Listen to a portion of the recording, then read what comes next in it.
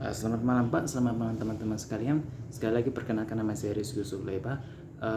Saya mahasiswa dari Prodi Ilmu Komunikasi,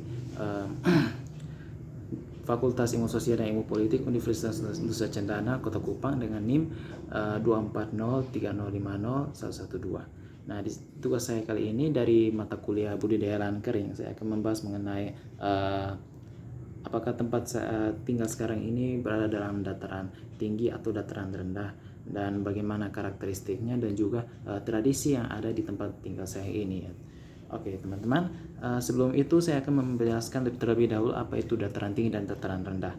Nah, dataran tinggi sendiri itu adalah sebuah wilayah yang berada di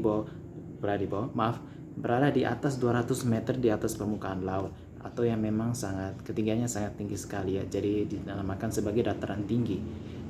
Ciri-cirinya seperti suhu yang relatif dingin, kehidupan masyarakatnya atau aktivitas masyarakatnya yang sangat jarang, kemudian vegetasinya atau tanamannya juga lebat gitu. Kemudian dataran rendah sendiri itu adalah sebuah wilayah yang berada di bawah ketinggian 200 meter di atas permukaan laut.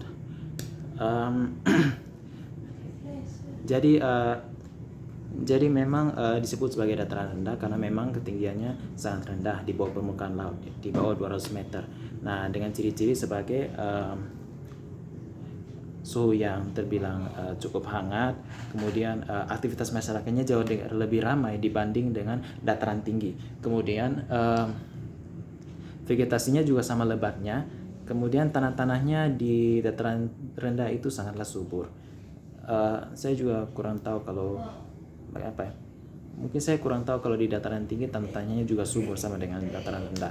Oke, baik. Kalau sekarang kita akan masuk ke bagian tentang apakah tempat tinggal saya ini dataran tinggi atau dataran rendah.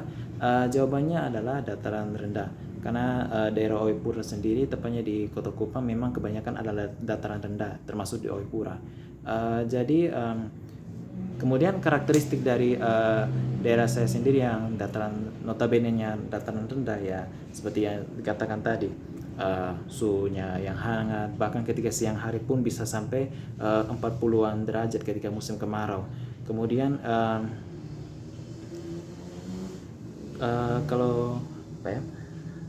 kalau untuk vegetasinya juga cukup lebat. Buktinya juga di sebelah rumah saya banyak ditumbuhi tanaman-tanaman liar yang terus tumbuh setiap kali hujan turun. Kemudian untuk tanahnya jelas sangat subur. Buktinya dengan tanaman-tanaman tadi yang saya katakan yang bisa tumbuh dengan segar. Kemudian kalau soal tradisi, saya kurang begitu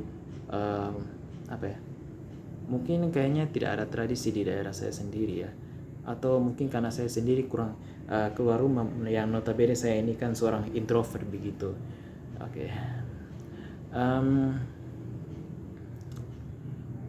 Oke, sepertinya mungkin hanya itu saja yang dapat saya jelaskan kepada teman-teman dan Bapak dosen.